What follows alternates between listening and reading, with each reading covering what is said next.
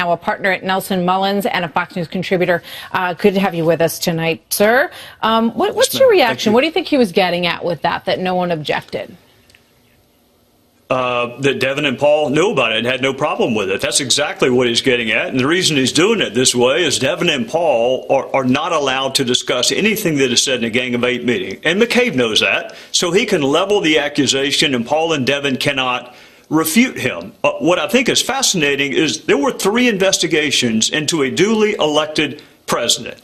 The Peter Strzok one from July of 2016, and then McCabe started a counterintelligence, and if he's telling the truth, started a criminal probe into the President of the United States. I listened to Devin and Paul quiz the DOJ and the FBI for hours on multiple occasions about the one counterintelligence investigation we all knew about it. I find it stunning that they would know about a second one and not say a single solitary word. And I will continue to not believe they knew about it unless one or the other contradicts it. So you're saying that Paul Ryan, Devin Nunes, that the whole Gang of Eight was not aware that there were 2 investigations. So the first investigation that everybody understood was whether or not there was Russian interference in the election, correct?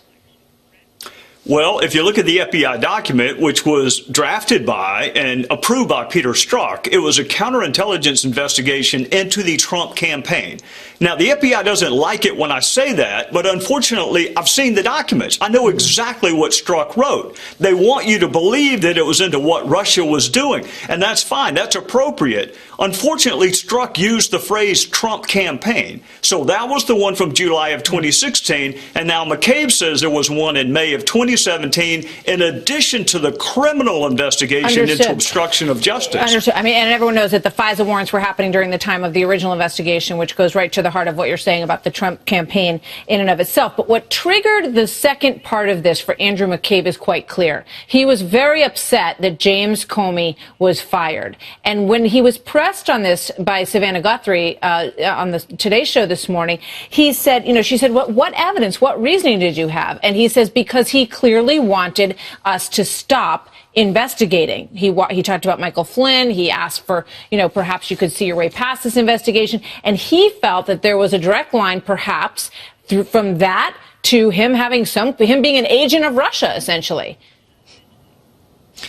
If thinking that Jim Comey is not a good FBI director is tantamount to being an agent of Russia, then just list all the people that are agents of Russia. Chuck Schumer, Nancy Pelosi, Rod Rosenstein, who wrote the memo getting rid of Comey, Michael Horowitz, who's the inspector general.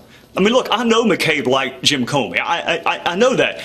But lots of people thought that Jim Comey had lost the ability to lead that department. And the fact that President Trump got rid of him in May of 2017 is not sufficient basis to launch a criminal obstruction of justice probe.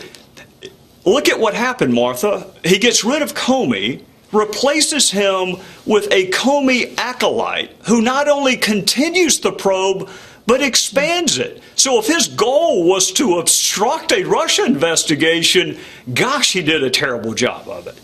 Well, your friend Adam Schiff clearly believes that this evidence that Andrew McCabe speaks of definitely existed. And just to remind everyone, Andrew McCabe said that he believed that the president was a national security concern and that it was such a potent moment for everyone because they were so terrified about this.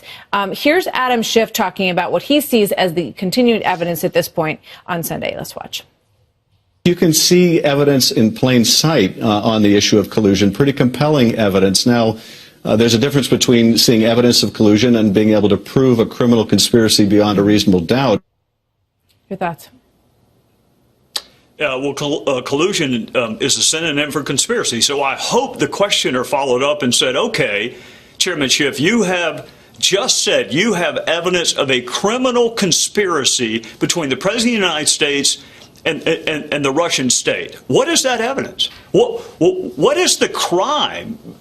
Was Trump involved in the hacking of the DNC server? Was he involved in the hacking of John Podesta's email? Are you alleging that he participated in deciding when to disseminate the proceeds of those two hacks? I have heard Adam on a number of occasions say that he, as the third eye raven, has evidence and seen things nobody else has ever seen before. But I've never heard him ask, what is it? What is the evidence of crime that you have, Chairman Schiff? I've never heard him follow. I've never heard it followed up on. He also weighed in on the Jussie Smollett story with this tweet on January 20th. He also made some assumptions about the outcome of this case. Perhaps he said, "I met him at the Pride Parade in Los Angeles. I've seen his passion and moral clarity of his activism firsthand.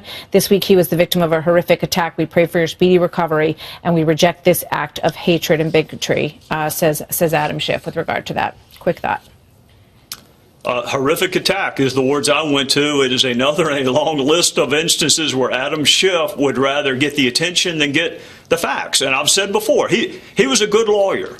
Unfortunately, he's a much better politician. Lawyers get the facts and then they make conclusions. Politicians just want the attention. And he got it. And I wonder if anybody's going to ask him, how did you get this so wrong?